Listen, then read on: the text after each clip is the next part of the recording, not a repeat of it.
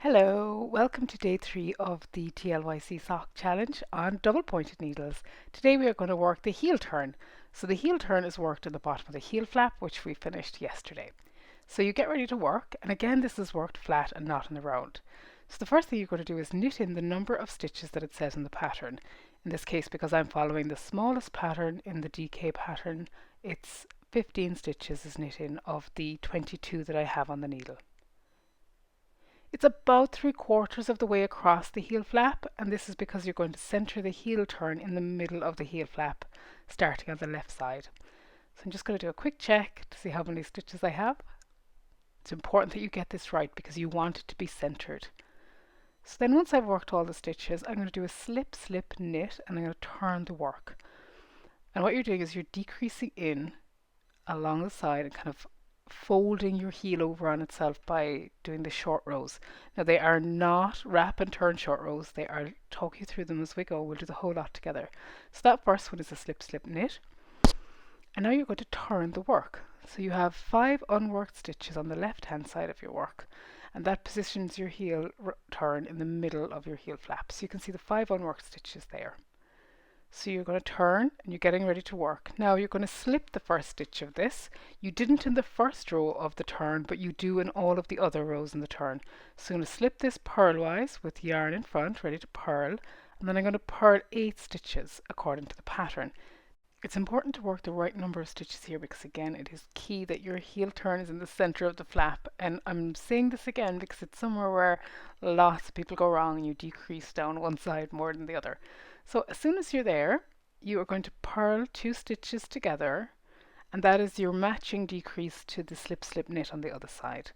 And that is, you can see then that you have 5 stitches unworked on this side as well, and that is another important point. So you will always know after you finish your purl row if you're right, because you should have the same number of unworked stitches on both sides in this pattern anyway, and in a lot of patterns that are using a heel turn like this.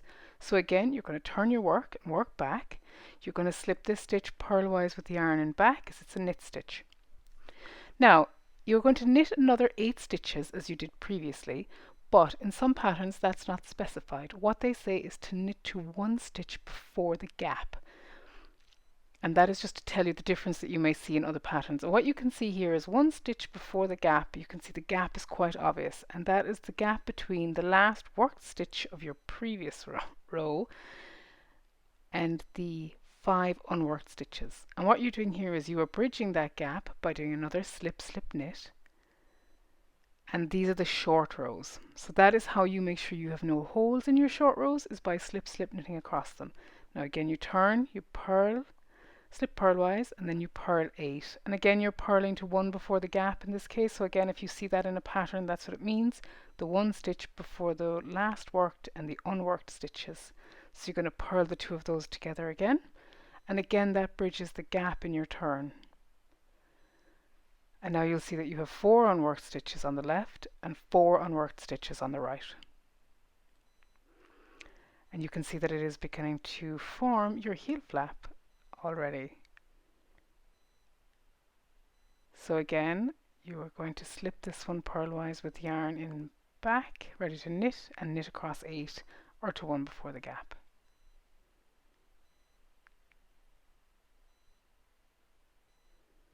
So you slip slip knit, knit those together.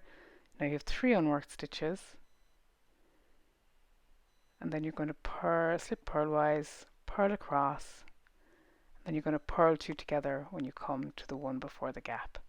And those are the short rows that you work for the heel. What I'm going to do now is I'm going to go to the next, I'm going to go until I'm nearly finished, and I'll show you what you do on the last row just before you come to the gusset pickup and the end of the heel turn. You are now working the last knit row of your heel turn.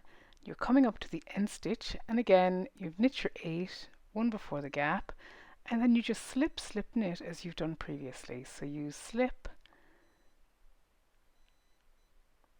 slip, knit 2 together through the back loops, and that is how you've done. I know you've turned the heel fully and you know it's worked because there's no more stitches to work, so you know you've come to the end of your heel flap.